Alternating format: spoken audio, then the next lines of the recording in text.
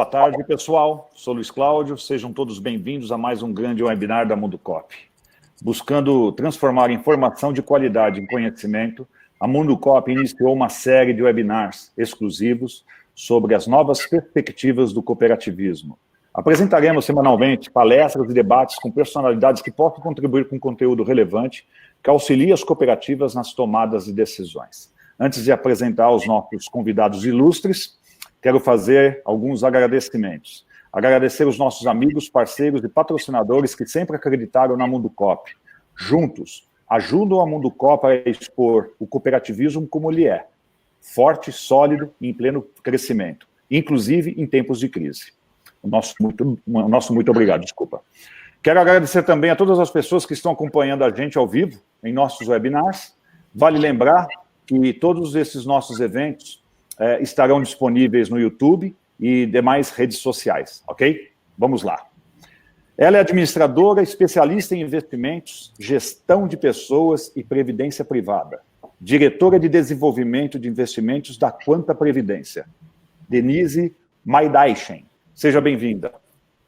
Obrigada, Luiz. Obrigada pelo convite, Mundo Cop. Obrigada também, seu Molina, por estar aqui com a gente falando, né? O seu Molina, no caso, é a grande prova da longevidade, então tudo que eu vou falar aqui, ele é testemunha. Fiquei muito feliz com esse convite para nós falarmos de um tema tão importante. Eu percebi que a Mundo Cop, as primeiras edições, falou sobre transformação digital, que sem dúvida é uma das grandes revoluções do século XXI, e como um dos primeiros temas já trazer a longevidade deixa a gente muito feliz, porque talvez essa seja uma revolução até maior do que a tecnologia, né? Então, o nosso grande objetivo aqui hoje, eu e o seu Molina, é falar um pouco sobre como conquistar essa tão esperada longevidade ativa. Obrigada, Cláudio. Opa, obrigado você. Você já fez a apresentação dele, né? Empresário, administrador de empresas, preside o Conselho de Administração da Mongeral Aegon Seguros e Previdência, do Fundo de Pensão Multipatrocinado da Mongeral Aegon e do Instituto de Longevidade Mongeral Aegon. Senhor Newton Molina, é um grande prazer ter o senhor conosco aqui. Prazer é meu. Muito obrigado pelo convite. Abraços a Denise, é um prazer estar com você nesse momento. Obrigado ao Douglas, ao Luiz. A Denise já me colocou assim, numa certa saia justa, etc., dizendo que eu estou convidado no Mundo Cop para falar de longevidade porque eu sou uma amostra grátis, não é isso? Realmente, eu tenho 84 anos de idade, né? 84 anos de idade, me sinto bem, etc., e, portanto, eu visto a carapuça, eu sou a amostra grátis da longevidade. E é muito prazer falar com o mundo do cooperativismo. Eu tenho uma especial e significativo prazer em me dirigir às pessoas que dedicam a sua vida, o seu dia a dia, o seu amor, o seu carinho ao cooperativismo. Muito obrigado por estar aqui. Douglas? Gente, eu quero agradecer primeiro a presença dos nossos convidados. Esse tema que a gente vai abordar hoje, longevidade, é um tema que a gente tem recebido muita procura. Como a Denise falou, a gente estava focando num tema que era de extrema importância, a gente falar de inovação, novas tecnologias, mas esse tema longevidade, a gente tem percebido que as pessoas estão buscando isso constantemente.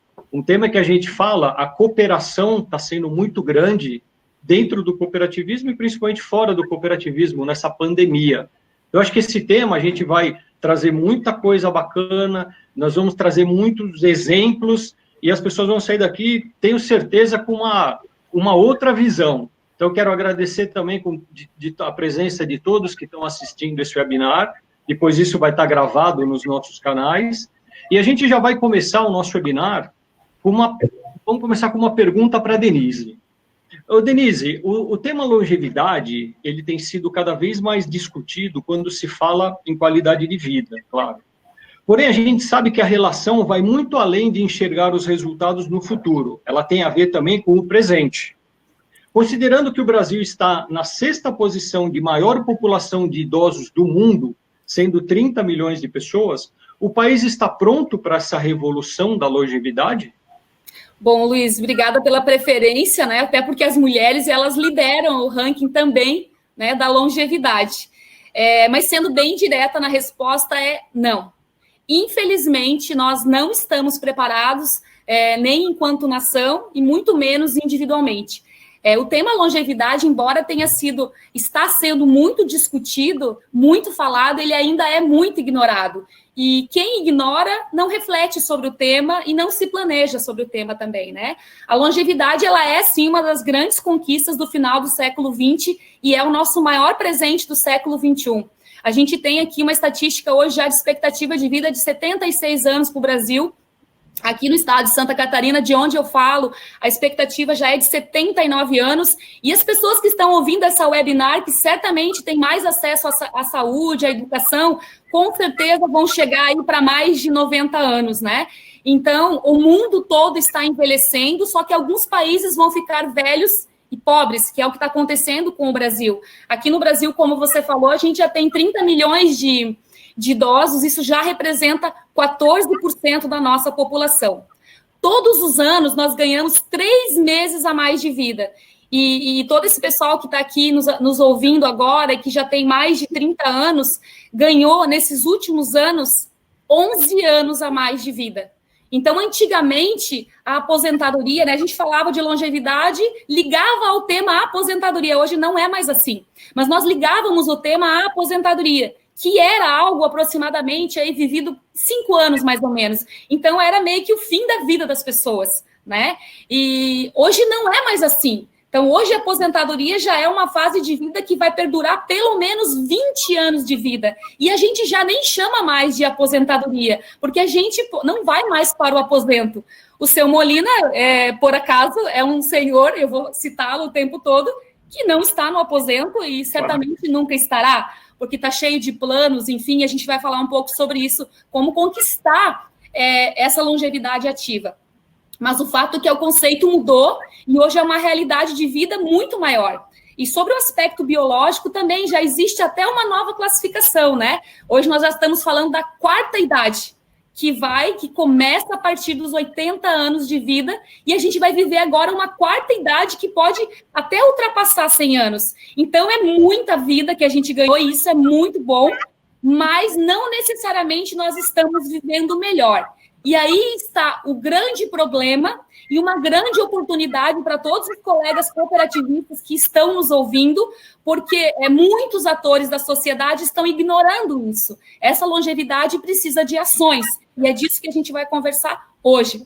O Brasil, ao mesmo tempo que conquista mais anos de vida, hoje também lidera o ranking dos idosos, que já está entre os 10 países onde os idosos trabalham mais do que 40 horas semanais. E não que seja ruim trabalhar, mas trabalhar por uma necessidade e, às vezes, não tendo uma condição tão boa de saúde, nem sempre isso é o ideal, certo? Então, primeiro, continuamos trabalhando. E segundo ponto, dos nossos atuais aposentados, apenas 1% conseguiu manter o seu padrão de vida. Então, a gente não está preparado, a gente não está conseguindo, os nossos atuais aposentados não estão conseguindo manter o padrão de vida conquistado. Por quê? Porque não imaginavam que iriam viver tanto. E se não imaginaram, não se prepararam psicologicamente e até financeiramente também. Então, viver mais traz muitos desafios. Traz desafios para as nações, para os governos, depois o seu Molina vai falar um pouco sobre isso, mas traz desafios pessoais também. Então, viver mais é também viver mais tempo com aquilo que a gente acumulou, com a saúde que a gente acumulou, com o dinheiro que a gente acumulou e com as experiências que a gente acumulou. E isso pode ser positivo ou pode ser negativo. A gente vai viver muito mais com aquilo que a gente construir. Então, a gente precisa começar a pensar a longevidade bem cedo. Então, traz desafios para as pessoas e para os estados, nem se fala, né? Então, hoje, só para fechar essa primeira pergunta, nós estamos vivendo uma crise que pegou todo mundo desapercebido, certo? E, infelizmente, ela ainda afeta justamente os mais idosos, não é verdade? Só que existe uma outra crise que está sendo anunciada já há bastante tempo, que ali na frente pode gerar um impacto muito maior do que o Covid-19, que é a crise da longevidade. É as pessoas conquistarem a longevidade e não terem dinheiro, saúde e condições de trabalhar. Se hoje é muito triste para a gente saber que muitos idosos não estão sendo impreteridos, né, no atendimento agora, em função do coronavírus, por já terem uma certa idade, isso é muito triste. Imagine a gente ver uma população idosa vivendo anos e morrendo aos poucos porque não se planejou. Então, este é um problema dos indivíduos, mas também é um problema do Estado, é um problema das organizações e também, certamente, pode ser um problema e uma solução aí que as cooperativas podem buscar. Quero passar a palavra agora para o seu Molina, para ele me ajudar a falar um pouco sobre a ótica do Estado, do governo, o quanto o nosso país está preparado, seu Molina, para enfrentar, né, esse presente que é a longevidade. Muito bem. Na verdade, depois que a Denise fala, a gente não sobra muita coisa, entendeu? Mas, em todo caso, eu vou tentar colocar o assunto longevidade num conceito mais amplo e que envolve certamente a sociedade, o Estado e, finalmente os indivíduos, né? E eu vou ter que voltar um pouco a essa história do início de todo esse processo da Seguridade Social mantida pelo Estado. Vai lá, Bismarck, na Alemanha, 1889, por aí, etc. Os primeiros movimentos de previdência social mantida pelo Estado, através das contribuições dos indivíduos e das empresas, né? Que é o modelo que até hoje existe. No Brasil começa esse movimento logo depois da Primeira Guerra Mundial, com as associações, institutos, e dá hoje no INSS, que vocês conhecem. Olhando para trás, desde Bismarck, no início dos nossos programas, esses programas recebiam muito e pagavam muito pouco. Para não voltar muito atrás, vou ficando no Brasil mesmo, né? Até 1962, o nosso INSS da época não tinha aposentadoria por tempo de contribuição, era só por idade, né? E a idade dos homens era 60 anos naquele momento. Com o Jango, isso terminou, ficou sem idade mínima e contava tempo de contribuição, o que deu nessas aposentadorias precoces.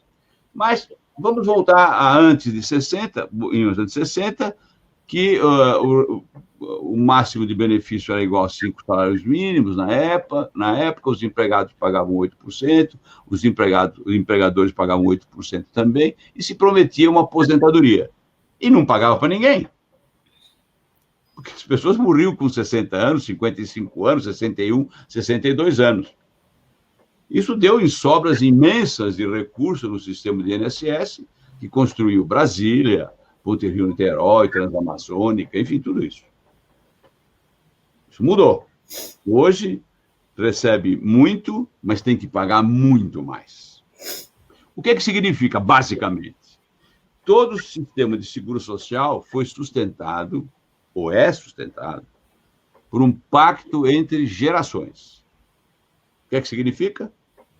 Os ativos trabalham, produzem riqueza para si próprios e para os que não podem prover renda, que são os velhos e as crianças. Esse é o pacto intergeracional. E é esse pacto que a longevidade rompeu. No caso brasileiro e mundial, a taxa de nascimentos é 1,5 filho por mulher. Portanto, vamos ter cada vez menos crianças, e quando você tem menos criança hoje, você vai ter menos trabalhadores amanhã. E se todo mundo morresse cedo, não teria nenhum problema. Só que todo mundo está morrendo mais tarde. Então, esse é o desequilíbrio do sistema social de previdência. É por isso que hoje, por além dos governos, por além das empresas, o problema é de cada um de nós. Claro que aqueles que já ficaram velhos, e conforme falou a Denise, não se protegeram, terão problemas. Então, esse é o cenário básico da previdência social, imigrando para a previdência pessoal dos indivíduos. Porque o pacto intergeracional foi quebrado. Vocês disseram que o Brasil, na pergunta que fizeram a Denise, o Brasil tem alguma coisa como 30 milhões de idosos, né? Idosos.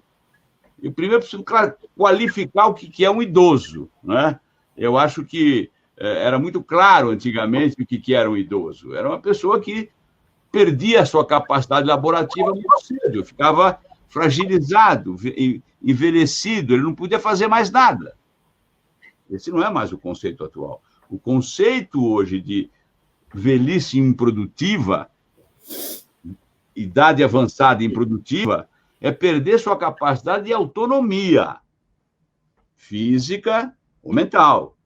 É só aí que, na verdade, essa pessoa que tem muitos anos de vida se torna improdutivo. Antes disso, ele é absolutamente produtivo. Mesmo que ele perca, às vezes, a capacidade autônoma física, ele pode continuar com capacidade, autonomia mental e ser um advogado. O advogado trabalha com o quê? Com a capacidade intelectual. Mesmo que ele esteja numa cadeira de roda ou numa cama, tem aí o nosso físico que morreu há um ano atrás, o Stephen Hawking, que não tinha zero de capacidade de autonomia física, mas absoluta capacidade mental. Então, esse é um outro conceito que é importante, é um conceito moderno, ou seja, quando é que você é velho? Você é velho quando você não tem mais capacidade de produzir. E quando é que você não tem mais capacidade de produzir? Quando você perde a autonomia absoluta, física e mental. Uma outra coisa que eu acho interessante, vocês falaram também que o Brasil tem a quinta ou sexta ou sétima maior população de velhos no mundo. É verdade, mas o cenário é pior que esse. Veja, nós somos tidos como um país jovem, e é verdade, ainda somos um país jovem. Se nós somos um país muito populoso, como somos a terceira ou quarta ou quinta maior população do mundo, não é isso? E fomos e somos um país muito jovem, significa dizer que no futuro seremos o país mais longevo do mundo. Sim. A diferença é o seguinte, hoje tem alguma coisa como 11% de pessoas com mais de 65 anos que poderiam ser considerados os velhos, não é isso? Mais ou menos esse número que estamos discutindo, não é? E o Japão, que é o país mais velho do mundo, tem 35% de pessoas com mais de 65 anos. Os estudos demográficos mostram que, num futuro qualquer de 15 anos para cima, até 30 anos, teremos um percentual de idosos maior do que o Japão, mais do que 35%. Pela simples razão que temos um enorme contingente de jovens. Então, quer dizer, o cenário ele é dramático, muito mais dramático hoje do que, no meu ponto de vista, será no futuro. Por que mais dramático hoje? Porque o brasileiro foi ensinado a ser imprevidente.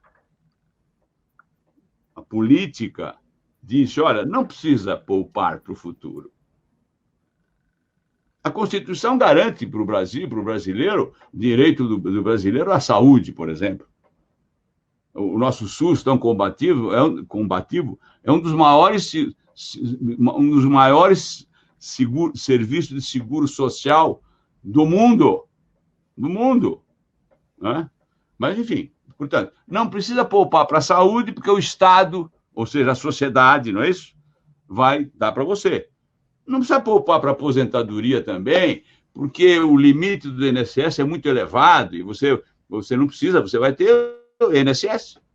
Então, o brasileiro foi educado a não poupar. Só que, se é verdade, como é verdade, que o pacto entre gerações terminou, o problema da velhice deixou de ser do Estado. E também não é mais da família. Antigamente, uma família tinha 10 filhos. Por que tinha 10 filhos, 8 filhos, 9 filhos? Porque essa era a aposentadoria. Quando não tinha sistema de previdência social, a aposentadoria era ter muitos filhos. Hoje, com um filho e meio por mulher, que vai ter que produzir riqueza para sustentar a sua própria família. Então, não é da família também. Não é mais do Estado. No futuro, não é mais do Estado, não é mais da família, porque não tem mais filhos, e quem é? Dos indivíduos. Essa é a diferença desse mundo novo da longevidade.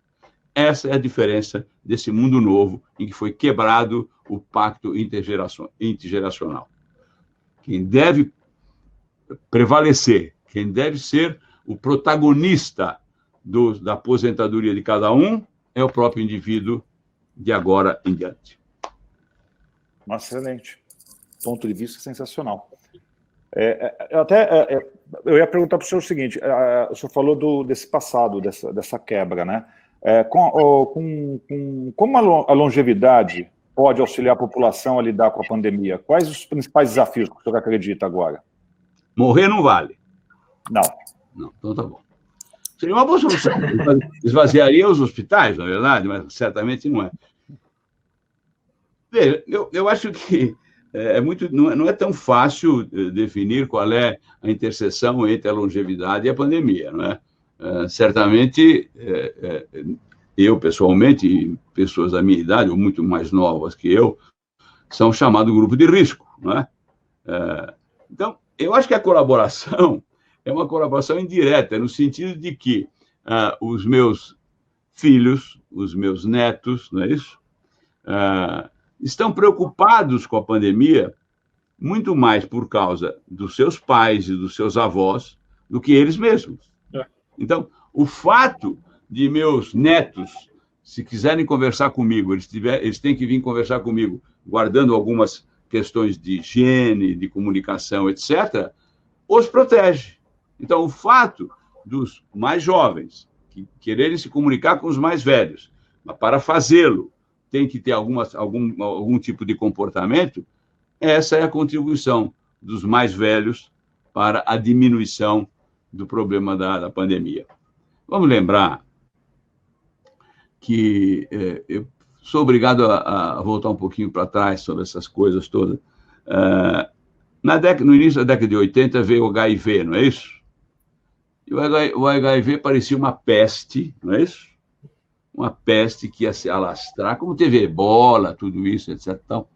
E eu li uma estatística outro dia que em muitos países do mundo, e o Brasil não é exceção, durante o ano passado, entre gripe e H1N1, morreram muito mais gente do que essa pandemia. Portanto, essas coisas acabam entrando no lugar, o problema é termos condições hospitalares de poder tratar das pessoas. A contribuição, portanto, só para fechar a sua pergunta, dos idosos, é se cuidarem e fazer com que os jovens se cuidem para cuidar os mais velhos. Douglão?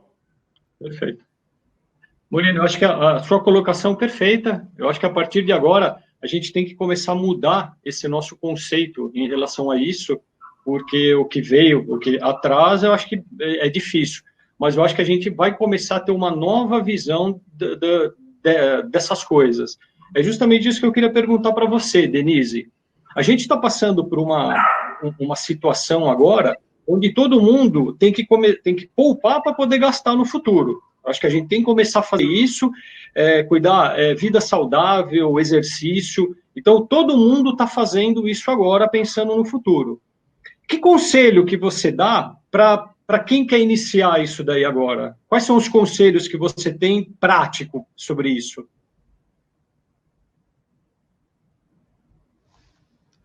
Está sem som. Teu som não tá. Perdão. Não, me veio na hora uma memória, assim, que agora eu estou vendo todo mundo fazendo exercício nas sacadas aqui dos meus prédios. Eu não sei se as pessoas faziam exercício antes, mas agora parece que todo mundo virou. Até eu mesmo estou fazendo aí alguns exercícios. Mas, assim, eu ainda não conquistei, eu tenho um plano, né, de chegar e seguir os passos do seu Molina. Essa é a minha meta, é o meu benchmark, por isso ele está aqui comigo. Mas eu fui buscar algumas referências. Há 15 anos eu sou uma entusiasta, né, do tema previdência e do tema longevidade dentro do cooperativismo. E eu escolhi uma referência que é uma das pessoas mais renomadas do Brasil para falar sobre longevidade ativa, que é o médico geriatra, o Alexandre Kalash.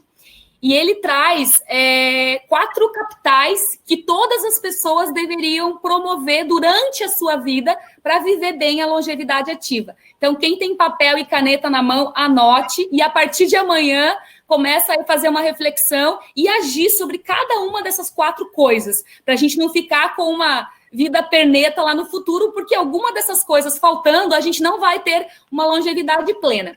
Então, ele fala que o primeiro capital é a saúde, que sim, a gente tem que ter escolhas saudáveis, se alimentar de forma adequada, fazer exercício físico, porque agora o nosso corpo ele tem que durar quase 2 vezes, né? E a gente tem que poupar o nosso corpo para ter corpo e órgãos saudáveis para uma vida muito maior. Por exemplo, quem nasceu em 1940, a expectativa de vida era de 43 anos, que é a minha idade. Hoje, isso é praticamente metade. Então, é quase que isso. O corpo agora tem que durar 2 vezes a vida. Então, a gente tem que cuidar muito do nosso corpo, senão ele não vai dar conta.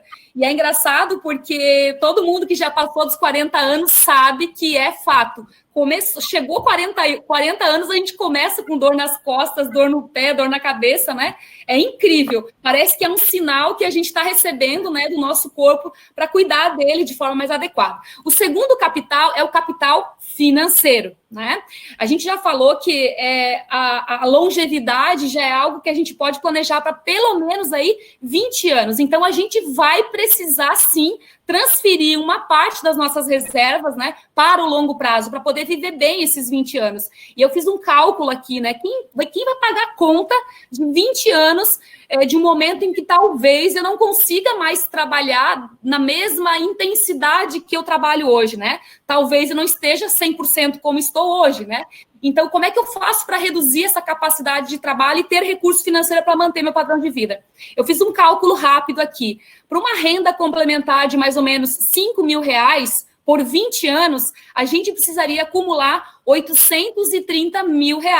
Então, a gente precisa se planejar financeiramente. E olha que uma renda de R$5.000, só com um plano de saúde para uma pessoa aí acima de 60 anos, já vai aí pelo menos 30% dessa renda.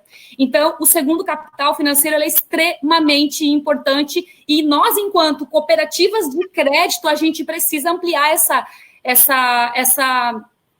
consciência do planejamento previdenciário para o futuro. O terceiro capital é o capital social, né? E agora a gente viu nessa pandemia, nesse momento que a gente teve que fazer esse isolamento social, o quanto é importante os nossos amigos, a família, a companhia de outras pessoas nos momentos bons e nos momentos ruins. E a gente percebe hoje que países como o Japão, que o seu Molina comentou, estão conquistando a longevidade, mas com altíssimos níveis de depressão, justamente por não terem uma condição favorável no capital social, não terem aí um círculo de amizades, enfim, que faça eles terem uma vida aí um pouco mais, mais gostosa. E o quarto capital é o capital do conhecimento. Então, quem está sempre se atualizando, aprendendo coisas novas, vai estar sempre sendo relevante para a sociedade, né? Quem estuda tem mente ativa, tem sempre novos planos, tem metas, então isso é muito importante. Então, são esses 4 capitais: saúde, financeiro, social e conhecimento. São 4 capitais para a gente preservar durante a vida para viver bem a longevidade. Mas eu, humildemente, acrescentaria 2 coisas que eu aprendi com mais intensidade agora na pandemia. E essas 2 coisas são, primeiro, a fé, a espiritualidade. A gente acreditar em algo maior, isso nos dá mais esperança e nos dá mais motivação. Então, eu acho isso muito importante. E um segundo ponto é a solidariedade, né? Nessa pandemia, a gente percebeu que não adianta eu me cuidar, se o meu vizinho do lado não se cuidar, ele vai me colocar em risco também. Então, a solidariedade é muito importante. Ontem, eu fiquei sabendo de uma vítima, né, do Covid, uma pessoa que faleceu, e ela tem 43 anos e um filho pequeno. Então, foi impossível eu não me colocar no lugar dela, porque ela tem um perfil muito parecido com o meu e sem nenhuma doença pré-existente, né?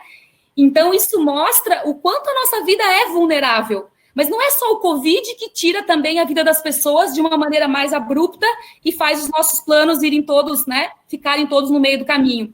Para vocês terem uma ideia, e isso é muito importante porque mostra como a gente tem que ser previdente.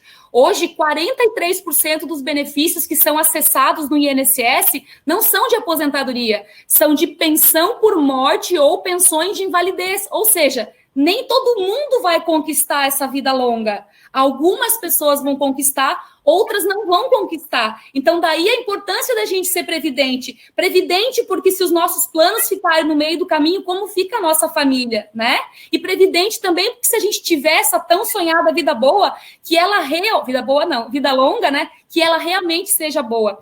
Então, eu tenho alguns recados bem importantes, e esse que eu vou falar agora, talvez seja o mais importante, assim, que eu falaria, e é meu, eu não estou tirando e não estou citando ninguém. É uma coisa que eu diria para vocês, que se tudo der muito certo, e vocês e eu também, se a gente conseguir envelhecer né, e chegar nessa longevidade, que a gente tenha uma longevidade ativa e uma longevidade feliz. E aí isso precisa ser planejado.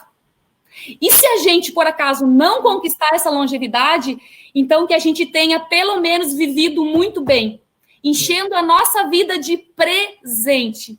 Porque também não adianta só a gente colocar um monte de anos na nossa vida. A gente tem que colocar muita vida em cada um dos nossos anos para valer a pena. E daí, independente de aonde seja a minha interrupção, eu vou ter vivido bem. Então, e outro ponto também importante a gente não pode confundir, eu escuto muito, nesses 15 anos eu escutei muito, mas pensar no futuro, eu deixo de viver o presente. E não é isso, né? Planejar o futuro não é viver o futuro. Viver o futuro são aquelas pessoas ansiosas, e o Brasil é recorde nisso, né? Que vivem só pensando no futuro. A proposta aqui é viver bem o presente, mas planejar de forma adequada o futuro que a gente quer ter. É isso, Douglas. A gente, eu acho que entrou com esse vírus, a gente está entrando, eu acho que num outro patamar. Tudo isso que você falou, nos nossos webinars, a gente fala muito de uma palavra, que é a cooperação. Eu acho que a gente vai sair dessa pandemia muito mais cooperativo. As pessoas vão ajudar as outras, não vai ter aquele individualismo que tinha anteriormente. Então, isso vai servir como uma lição. Tudo isso que você falou, Denise, eu acho que são dicas essenciais para a gente começar a colocar em prática daqui para frente. Isso vai ser essencial para o nosso futuro. Posso complementar? Claro, fique à vontade. Veja. Em primeiro lugar, é o seguinte, quer dizer, nós não estamos aqui para afligir os aflitos, né? Portanto, quando a gente diz que o Brasil vai ser um dos países mais velhos do mundo, que está nascendo muito pouca criança, amanhã, pelo fato de nascer pouca criança, teremos pouca mão de obra nova e muitos velhos, não é para assustar. Demografia se faz ao longo dos anos. Portanto, o fato de o Brasil vir a ser o país mais velho do mundo já é irreversível. É irreversível. Que as pessoas vão viver mais de 90 anos é irreversível. Então, é irreversível que o pacto intergeracional foi quebrado, que os Estados não vão... Quando eu digo Estado, eu estou falando da sociedade. O Estado simplesmente é o representante da sociedade, né? A sociedade não vai ter recurso para sustentar as pessoas. Se eu pudesse dizer alguma coisa, principalmente para os jovens, eu diria, meu companheiro, você está intimado, não é nem sugestão, você está intimado a entender que você não ganha 100%. Você ganha alguma coisa como 85% do teu 100%. 15%, 10% não pertence mais para o teu consumo de hoje. Esse é outro conceito, é o conceito de, na verdade, esse dinheiro não me pertence, não pertence a mim nessa idade que eu tenho hoje. Eu vou ter, sim, que pegar, não importa quanto eu ganho, muito pouco remediado ou muito, o conceito é o mesmo. Se o processo é individual, o processo é o mesmo. Eu tenho que pegar alguma coisa como 10% do líquido que eu ganho e eu não posso gastar. Eu tenho que ser previdente. O conceito, na verdade, que o brasileiro se acostumou é que o Estado vai prover, não é isso? Uma pergunta que eu sempre faço, uma brincadeira não, uma coisa séria. Se eu fizer uma pergunta aqui numa reunião de amigos, como já fiz, tá? De amigos que estão num aniversário, coisa que eu valha, numa roda de coroas, e eu perguntar para alguém, o que você acha do nosso INSS? O sujeito diz, absurdo, eu estou com 63 anos, me aposentei agora, faz 2 anos. Eu era diretor de uma empresa, ganhava 50 mil reais. 50 mil reais, me aposentei com 5. Eu acho que o INSS é uma porcaria. E o senhor? Eu também, igual, estou com 64, me aposentei há 4 anos atrás, né? Era gerente industrial, sou engenheiro, ganhava 48 mil reais por mês, estou ganhando 4 mil. O INSS é um absurdo. Vocês concordam que se eu fizesse essa pergunta para qualquer coroa, aposentado, a resposta seria a mesma? O INSS é uma porcaria? O que eles disseram? Que ganhavam 50 mil, não é isso? E que se aposentaram com 5, não é isso? E eles nunca pagaram sobre 50 mil. Nenhum brasileiro nunca pagou sobre 50 mil. Todos os brasileiros, no máximo, pagaram sobre o teto, que hoje é 6 mil reais. Como é que esse indivíduo, engenheiro, advogado, portanto, não é um hipossuficiente qualquer, como é que esse indivíduo que não é hipossuficiente, que é letrado, que nunca pagou sobre 50 mil, passa na cabeça dele que ele deveria receber 50 mil? Essa é a grande dificuldade da mobilização dos jovens e dos de idade média para entenderem que eles vão ter que fazer poupança pessoal, sim. Vale a pena aqui tentar dar um exemplo do que é uma coisa muito importante que a Denise falou, que eu vou repetir. Veja, vamos viver muito mais. Temos que nos preocupar, portanto, com a nossa velhice. Mas a morte prematura e a invalidez prematura são mais dramáticas para a família do que a falta de recurso na aposentadoria. Isso é muito importante o entendimento. Porque a morte de um jovem... A sociedade vai envelhecer, mas isso não significa que aquele indivíduo vai envelhecer, que aquela mulher não vai se invalidar. E quando essa pessoa se invalida ou morre prematuramente, ela deixa um problema longevo para a sua família resolver. Então, é muito importante que esse conceito de um pedaço daquilo que ganho é para poupar para o futuro meu e para proteger a minha família. Então, esses conceitos é que são importantes de serem levados para as pessoas. E veja, e não é fácil isso. Tem que haver digamos, uma informação massiva para que as pessoas passem, na verdade, a entender que um pedaço do que eles ganham hoje não é para o consumo de hoje, é para preservar para o seu futuro ou para a sua família. Excelente. Você está mudando um conceito, é perfeito. É difícil, não é fácil. E é por isso que é difícil. Perfeito. Sr. Molina, qual o propósito do Instituto de Longevidade criado pela Mão Geral? Já que a gente está precisando de tanta informação sobre isso que o senhor acabou de falar. Quais os projetos e estudos, né, já foram feitos e como isso pode favorecer a sociedade? Eu poderia dizer que a causa é muito, muito pessoal, é para me manter ativo. Essa foi boa. Muito bem. Tem uma história longa, eu penso nisso há muitos anos, né? E fui, voltei, fiz erros incríveis, interessantíssimos na minha vida. Há uns 30 anos atrás, comecei a estudar, 30 anos atrás, hein? Acho que até um pouco mais. Eu comecei a estudar empreendimento de terceira idade, né? Spa para terceira idade, resort para terceira idade, etc. Tal. E na Europa, visitei muitos. Na Europa, que eu digo, na Europa, França, Itália, Portugal, uma coisa mais latina, né? Visitei alguma coisa na Inglaterra também, e muito nos Estados Unidos. São uns 30 anos atrás. E cheguei com uma conclusão que isso nunca daria certo. Eu era jovem, né? Eu tinha 40 anos, né? Eu não entendia de velho, né? Porque eu tinha 40 anos. 40 anos é jovem, viu, Denise? Eu entendi, veja que coisa interessante, hein? E como tem a ver com a minha vida. Eu entendi que esses empreendimentos de terceira idade, resort, não iam funcionar no mundo, e por isso não entrei no negócio. Porque eu achava que a última coisa que um velho queria era viver com velhos. Eu não entendia que não existe esse conceito de velhice. Se eu tenho 84 anos, no meu grupo de pessoas com 80 anos, 81, 78, 79, 90 anos, de boa cabeça, somos todos jovens. Somos todos jovens. Então, essas coisas que mudaram tudo. E é isso que me levou, de uma certa forma, há alguns anos atrás, e finalmente há 3 anos ou 4 anos, criamos o Instituto, que tem como causa, né, colaborar com a sociedade. No quê? Basicamente, no estudo dos impactos sociais, econômicos e comportamentais da longevidade. Essa é a pegada. Temos diversos projetos, me refiro em seguida, né?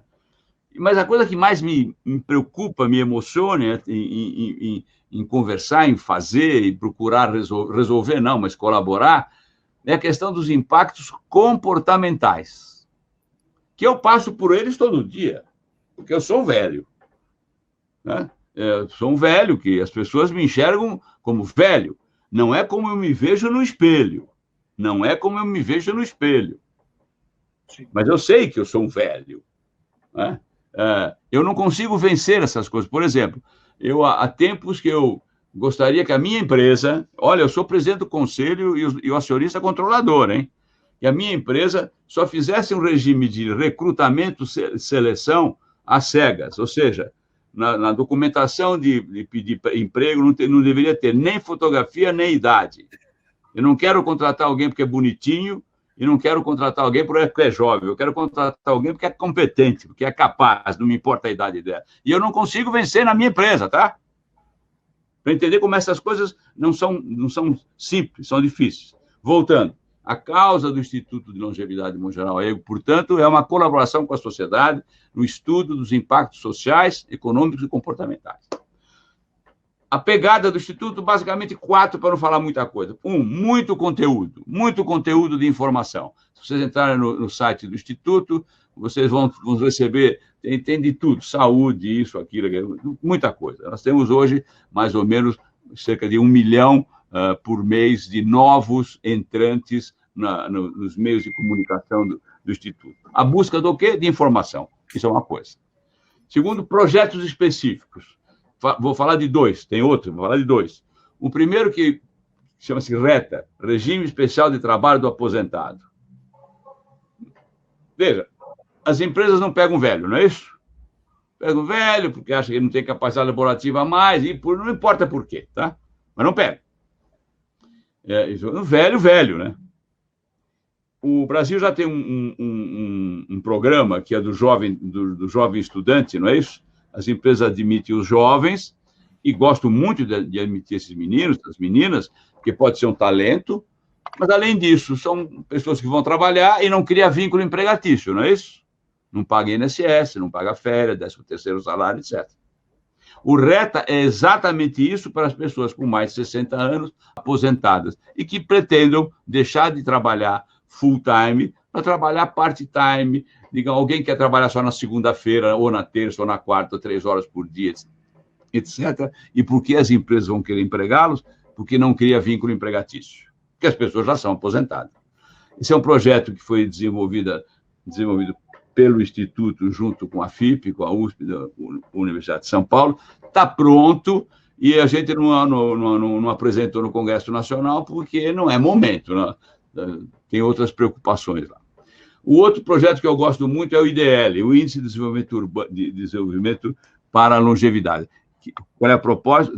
Desenvolveu junto com a Fundação Getúlio Vargas. Qual é o propósito?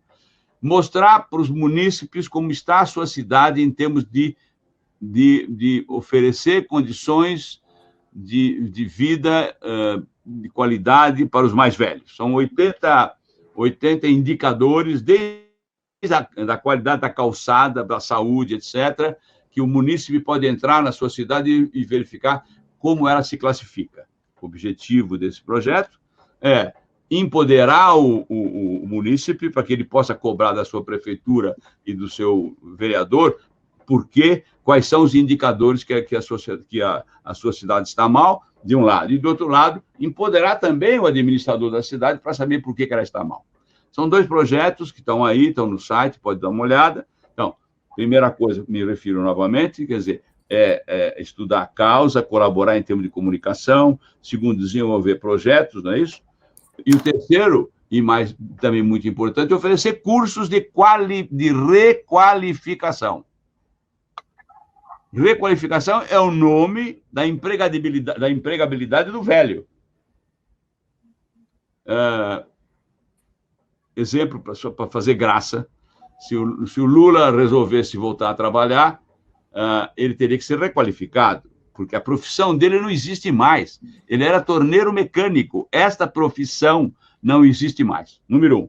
Número 2, se você foi um jovem que carregava saco, a tua capacidade laborativa aos 20 anos era 100%, não é isso? E você perde essa capacidade laborativa com 50 anos, você não consegue mais carregar saco. E por causa disso a sociedade tem que te aposentar? Não. Ela tem que te requalificar, porque você não serve mais para carregar saco, mas eventualmente você serve para costurar o saco. Então, cursos de requalificação é outra pegada muito importante do Instituto. É isso. Estudar a causa, botar material para as pessoas se educarem, colocar projetos, discutir com a sociedade e, finalmente, oferecer cursos gratuitos. Nós temos alguma coisa como 200 cursos em ensino à distância que ficam à disposição das pessoas. É isso aí. Perfeito, perfeito. Eu queria entrar nesse mérito que o senhor está falando, a gente, voltando um pouco para dentro do cooperativismo, o cooperativismo ele é formado por pessoas. Então, tudo que é feito dentro do sistema, essa é uma das grandes vantagens do segmento. A gente está preocupado em como que está a sociedade em volta dela, se a região onde tem cooperativismo está valorizando as pessoas, procedência dos produtos. Então, acho que isso daí vai ser um grande diferencial para tudo isso que o senhor falou, um grande diferencial para a hora de sair dessa crise ter essa valorização. Agora eu pergunto para você, Denise, como você acha que o cooperativismo ele pode contribuir nessa propagação da longevidade? Como você acha que o movimento pode ajudar? Bom, Douglas, eu penso nisso todos os dias, né? Se tem uma pessoa que pensa em longevidade e cooperativismo, há 15 anos sou eu. Mas eu queria falar uma coisa antes de dizer como que o cooperativismo pode ajudar. Por mais que a gente fale tanto desses números, ainda a resposta que a gente vê nas pesquisas, quando a gente questiona as pessoas sobre se elas estão se planejando para o futuro ou não, a maioria absoluta é não. Independente da forma, se tem plano de previdência, se tem reserva ou não, a maioria absoluta é não. E por que não? Porque está faltando, na verdade, protagonismo nesse segmento. Está faltando mais agentes da sociedade assumirem essa responsabilidade. Está faltando mais pessoas falarem a verdade para as pessoas, sensibilizarem as pessoas, alertar, né? E acho que as cooperativas, nesse contexto, elas podem se apropriar dessa oportunidade, é um desafio, mas é uma oportunidade também. Então, as cooperativas, elas já exercem um papel fantástico durante a fase elaborativa dos cooperados. E eu estou no sistema cooperativo há 18 anos, e eu sei que a grande missão é ajudar cada cooperado a ter mais prosperidade. Mas não adianta só ter prosperidade, conquistar, né, uma vida estável e não conseguir sustentar essa prosperidade na longevidade. Então, eu acho que o cooperativismo, ele pode se apropriar disso, né? Não, eu não estou falando aqui apenas de falar de um plano de previdência. Eu estou falando de incorporar isso na missão mesmo do cooperativismo. Na medida que o governo privatizou a previdência, né? Porque a reforma da previdência vai trazer essa realidade. Cada indivíduo vai ter que se planejar sozinho para enfrentar esses anos de vida a mais. Então, o governo privatizou, as pessoas, elas não conseguem sozinhas tomar essas decisões, elas precisam de auxílio. Então, eu acho que as cooperativas, elas podem dar esse auxílio e fazer um trabalho diferenciado. De que forma? Fazendo ações de educação financeira e previdenciária, ensinar o cooperado que poupança é importante, mas de curto, de médio e de longo prazo, né? Fazer programas de preparação para aposentadoria, para ajudar também o nosso cooperado a chegar bem psicologicamente, porque tem pessoas que estão tão pobres que envelhecem só com dinheiro, não tem uma cabeça boa e quer dizer, não adianta muita coisa também apenas o dinheiro. E também eu acho uma outra coisa que as cooperativas podem fazer é ajudar no empreendedorismo sênior. Eu acho que tem muitas pessoas ali que vão buscar outras carreiras a partir dos 60, 70 anos, e aí tem de novo uma oportunidade para as cooperativas contribuírem nesse processo. Então, assim, resumindo, eu acho que tem muito espaço para ser ocupado, e esse espaço ele não vai ser suprido só vendendo um plano de previdência, até porque eu acredito que tratar longevidade e achando que a resposta é um plano de previdência, não é isso que nós estamos falando. Vender um plano de previdência apenas é apequenar uma missão que é muito maior e que eu entendo que as cooperativas têm total condição de assumir esse papel. E eu conheço várias cooperativas que já estão atuando nesse formato e já estão colhendo resultados muito significativos, num relacionamento muito mais profundo com os cooperados, que sentem que a cooperativa está preocupada com ele hoje, enquanto ele tem renda, mas também está preocupado em ajudar ele a ter essa renda no futuro, né? Então, eu acho que a grande missão do cooperativismo sim, cooperar com as maiores necessidades dos nossos cooperados. E se essa não é uma das grandes necessidades, qual seria? E eu queria terminar aqui do jeitinho que eu comecei. Eu comecei falando, né, que vocês escolheram os temas de transformação digital, e a gente viu nesses 40 dias aí que muitas empresas fizeram uma grande transformação digital em 2, 3 semanas, coisas que talvez, se não tivesse o acelerador que foi a pandemia, demoraria talvez anos. E eu fico pensando todos os dias, como que a gente pode acelerar esse processo de conscientização e preparação para uma longevidade ativa, né? E eu acredito de verdade, quem me conhece, tem várias pessoas que me conhecem, sabem disso, eu acredito de verdade que o cooperativismo pode assumir essa responsabilidade frente aos seus cooperados. Então, assim, o meu grande sonho seria que o cooperativismo fosse um acelerador, independentemente dos meios e dos diversos projetos, né? De novo, são várias possibilidades que a gente pode atuar. Então, eu sei que no webinar aqui tem vários executivos, né?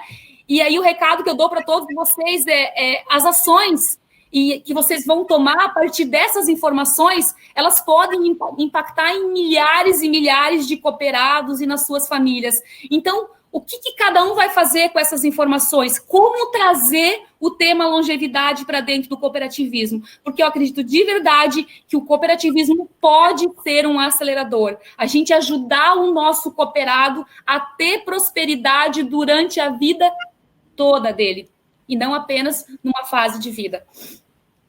Inspirador, bonito, muito legal. Complementar? Claro. Claro. Gostei muito do que a Denise falou, dessa parte mais ampla, né, do cuidado das pessoas, e aí eu estabeleço a diferença entre um sistema bancário aberto e o sistema de cooperativismo, né? O sistema bancário aberto, ele é impessoal, né? É muito grande e impessoal. A ação cooperativa de crédito, de consumo, o que seja, o cooperativismo é uma ação gregária da comuna. Ele nasce na comunidade. Essa é a diferença fundamental. Ele nasce na comunidade. É por isso que ele tem, Denise, condições de cumprir a sua missão e a sua causa. Porque ele é de baixo para cima, entende? Ele nasce na comuna, seja na comuna, na cidade, ou seja na profissão. Ele tem uma coisa diferente de um sistema bancário aberto.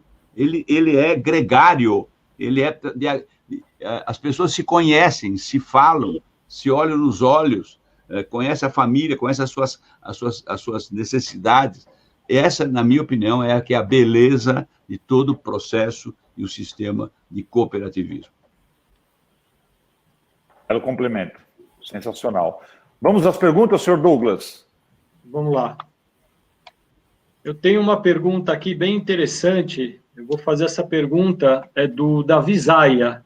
O pessoal está acompanhando aqui, fazendo pergunta, e olha, quero ver as respostas agora. Essa é para o senhor, Molina. Como fazer para ter mercado de trabalho para esses, entre aspas, velhos, mas muito produtivos ainda? É a pergunta do Davi Zaia. Davi, se eu tivesse a resposta, era a resposta de $1 milhão. Mas eu acho que tem que haver um esforço, e esse esforço é de todos nós, da sociedade, mas tem que haver, na verdade, protagonistas nesse esforço. Eu acho que os protagonistas, além das empresas, obviamente, que é o grande empregador, mas veja que essa questão de emprego está mudando muito, né? Vai faltar muito emprego e vai sobrar trabalho. Nós estamos aí vivendo todas as consequências da 4ª Revolução Industrial.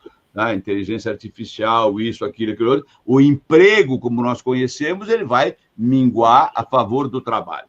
O que libera um pouco essa questão do velho, entendeu? Porque o que prejudica muito a empregabilidade, não do emprego, mas empregabilidade do velho, são as empresas, que querem jovens, porque não adianta treinar um velho, porque ele vai morrer logo, etc. Tal. Então, eu não tenho receita de bolo, Davi, certamente que não tenho, como ninguém tem, mas eu acho que essa mudança provocada pela 4ª Revolução Industrial, que vai diminuir o emprego formal, mas que não vai faltar trabalho, isso favorece muito a terceira idade. Favorece muito a empregabilidade, ou seja, a renda, né? Não vamos esquecer a empregabilidade, mas a renda da terceira idade, de um lado. Mas, de outro lado, as lideranças, os formadores de opiniões, os sindicatos, os patrões, as associações, têm que estar ao lado dessas pessoas. E o nome do jogo, além de saúde mental ou física, é estudo, é requalificação profissional. Vou repetir, é requalificação profissional. Enquanto jovem ele servia para fazer uma coisa, quando é velho, eventualmente, ele não serve para fazer mais aquela coisa. Isso não quer dizer que ele esteja morto, ele tem que ser requalificado. Tem, sim, que ter um nível de consciência da sociedade, particularmente dos formadores de opinião. É nossa responsabilidade, nossa. Nós estamos falando aqui em 4 formadores de opinião. Douglas e Luiz como comunicadores, Denise como executiva principal de uma grande cooperativa e eu como presidente de uma companhia. Nós somos os atores desse cenário. Somos nós, como formadores de opinião, que temos que defender a renda dos mais idosos, a renda do trabalho dos mais idosos, oferecendo oportunidades para eles. E para oferecer essa oportunidade, a requalificação profissional é o cerne da questão. O pessoal está perguntando bastante sobre o conteúdo, né? Então, assim, eu falei no começo, mas, pessoal, esse webinar depois vai estar disponível lá no nosso YouTube, tá?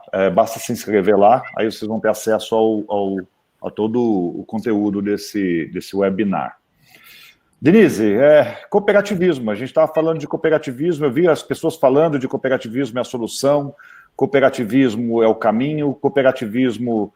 tem um monte de gente falando de cooperativismo. Você falou tão bem do cooperativismo, aí eu queria perguntar para você, né? O cooperativismo, ele sempre dá um grande salto pós-crise, né? Se você pega a história do cooperativismo, desde a Revolução Industrial, foi onde surgiu o cooperativismo, aí você tem os grandes fatos mundiais aí, Primeira Guerra, Segunda Guerra, a crise de 2008, quem segurou uma parte dessa crise na Europa foi o sistema cooperativo de crédito, aquela coisa. Você acredita que a gente tem um caminho bem forte para ser trilhado? Você acha que, por exemplo, o cooperativismo vai ser um protagonista aí de uma nova era? Luiz, eu acho que se o cooperativismo tiver coragem de fazer algumas mudanças que são muito necessárias, sim. E uma delas que eu falo é a intercooperação. Está ficando muito difícil para todas as instituições que tiveram seus spreads extremamente apertados, né, sobreviver com margens de custos elevados, né, e gerar mais valor para os seus clientes. Imagina as cooperativas. Nós estamos falando que esse ano a gente deve encerrar o ano com Selic de 2,75%. Né? Então, é um desafio bastante desafiador e isso nos intima, né, a buscar outras alternativas. E o próprio cooperativismo tem na intercooperação, que eu acredito que é um princípio pouco explorado dentro do cooperativismo, e eu falo isso porque eu vivo o cooperativismo há 18 anos, né? Então, eu acho que uma das saídas é a intercooperação. Se a gente conseguir estar mais unido, buscando soluções, isso é tão óbvio, né? Dentro de um sistema de cooperativismo, né? Eu talvez não precisaria nem falar, mas infelizmente eu não vejo tanto. Tudo tem que ser muito justificado e estruturas são duplicadas. Eu acho que os sistemas... E nós temos vários sistemas de sucesso, mas que a partir de agora entram numa condição econômica bem diferente. Então, eu acho que esse é um caminho. O segundo ponto, eu acho que essa crise trouxe muito essa questão da solidariedade, da cooperação, e a gente viu o quanto o brasileiro ele tem na essência dele esse desejo de colaborar e de cooperar. E a gente tem essa bandeira, né? Então, eu vejo, né, que as cooperativas elas poderiam se apropriar mais desse momento. Elas poderiam estar fazendo mais ações, né? Talvez a gente foi pego um pouco de surpresa, porque nós tivemos que encarar ainda, né? A gente não estava tão preparado em termos de transformação digital. A gente via ainda, estatisticamente, aí, 30%, 40%, 50% dos cooperados fazendo transações remotas, e depois de um mês a gente viu esse número saltar. Por que não foi antes, né? Então, por que a gente teve que esperar a pandemia para poder entender que dá para ligar, sim, a tecnologia com o cooperativismo? Porque o que a gente está automatizando são os processos e não o relacionamento. Então, assim, eu falei de vários fatores. Eu acho que a intercooperação é a gente acelerar os nossos processos tecnológicos para baratear as nossas estruturas. Eu acho que isso a gente pode fazer junto. E eu acho que fortalecer esse relacionamento e explorar mais do que nunca a cooperação. Para mim, esses seriam os caminhos para a gente dar esse salto que a gente merece, né? Porque é nosso por direito, né? A gente sempre defendeu a cooperação. Então, acho que chegou um momento que a gente pode se apropriar, sim, e crescer muito aí no pós-pandemia. Show de bola. Douglas? Perfeito. A gente está... Quando você fala em intercooperação, isso é um assunto que a gente bate nessa tecla, não vou falar constantemente, mas diariamente, porque é fundamental o sistema se unir para ter um crescimento elevadíssimo. Acredito que isso está acontecendo, ainda demanda tempo. Acho que, resumindo, foi como o Molina falou, a gente precisa catequizar. Então, a gente tem que mudar o conceito. Isso acho que é uma coisa mais difícil, mas aos poucos a gente está conseguindo. A gente está chegando no final do webinar, o nosso tempo já está se esgotando. Eu queria agradecer a participação de todo mundo que fez perguntas. Tem várias perguntas, depois a gente vai enviar isso para vocês. Amanhã a gente vai mandar um link também com esse webinar de tudo que aconteceu aqui para todo mundo que participou assistir. E para a gente encerrar, eu queria um depoimento final, queria as considerações finais. Queria começar com você, Molina, para dar tuas considerações finais do que você achou. Tua palavra, meu. Tá cheio de fã do senhor aqui, falando, nossa, esse homem é demais, é isso, aquilo, tal. Depois vou mandar os contatos aí, viu? Na verdade, eu queria... Claro, agradecer ao Douglas, ao Luiz, ao Mundo Cop, a oportunidade de estar aqui conversando. Eu renovo o meu agradecimento pelo convite, porque vocês estão me permitindo conversar com um grupo enorme de pessoas que eu admiro, que eu gosto. Mas eu queria, sabe, Douglas e Luiz, dar parabéns, na verdade, para vocês, mas especialmente para a Denise. Denise... o que você fala é música para os meus ouvidos. Você tem o cooperativismo e o cooperativismo das suas causas, da sua lógica, assim, tão nos teus poros, nas tuas menções, naquilo que você fala, que você, na verdade, leva essa mensagem muito, muito, muito bem. Portanto, parabéns a vocês, mas principalmente, se vocês me permitirem, parabéns a Denise. Claro. Maravilha. Obrigada, Molina, pela generosidade. Não é generosidade, não, é bem de graça. Denise, suas considerações finais, Denise. Bom, quer dizer que eu quero alcançar o meu benchmark, que é o seu Molina, né? Obrigada pela oportunidade de falar um pouco sobre o que eu acredito, e acredito demais, por isso que eu falo tão motivada. Não é nem um pouco fácil falar de longo prazo, falar de algo que não tem a ver com o consumo, né, com prazer imediato. É difícil falar isso no Brasil, mas essa é a minha causa de vida, por isso que eu falo com tanta ênfase, sou tão verdadeira, e não importa os caminhos, porque existem vários caminhos. O que eu quero aqui é despertar, e eu vou usar uma palavra que o senhor falou, seu Molina, é intimar todos os executivos para que pensem, né, no assunto. E como mensagem final, acho que assim, ó, todo mundo quer envelhecer, porque não envelhecer é morrer jovem. E se todo mundo quer envelhecer, então não fujam do assunto, né? A gente precisa encarar esse assunto, trazer ele para o nosso dia a dia. E aí não poderia, né, não falar e desejar uma vida muito longa para todos vocês e uma vida muito boa. Vocês podem acompanhar mais esse conteúdo na revista Mundo Cop. Nós temos um caderno especial, né, que toda a edição fala sobre longevidade nos mais diversos aspectos. Então, acompanhem esse tema, se apropriem mais desse assunto e ajudem, né, esses milhões de cooperados que estão impactados com as decisões que vocês tomam no dia a dia. Então, gente, vida longa e vida boa aí para todos vocês. Obrigada, Luiz, Cláudio e Douglas, pela oportunidade. E, seu Molina, um elogio em público, ó. Muito obrigada, o senhor é meu grande mestre, sabe disso. Então... Maravilha. Denise, eu só quero fazer um último agradecimento também, antes de passar a palavra. Douglas, eu quero agradecer também. Me deixa... Eu quero dizer, eu espero que isso que a gente conversou hoje sirva como referência. Eu acho que a gente colocou aquele pedacinho na cabeça das pessoas. A gente tem que mudar a nossa percepção de futuro. Se a gente não fizer isso agora, no futuro a gente vai sofrer as consequências. Esse era o meu recado final. Obrigado, Molina. Obrigado, Denise. Luiz. O meu recado vai assim meu pai era garçom e ele sempre falava para mim, né? Tudo que você ganhar, filho. Aí eu lembrei do senhor, seu Molina. Ele falava assim: você pega 10% e guarda numa poupança, porque vai servir para a sua aposentadoria. Isso lá em meados dos anos 80, ele falava, né?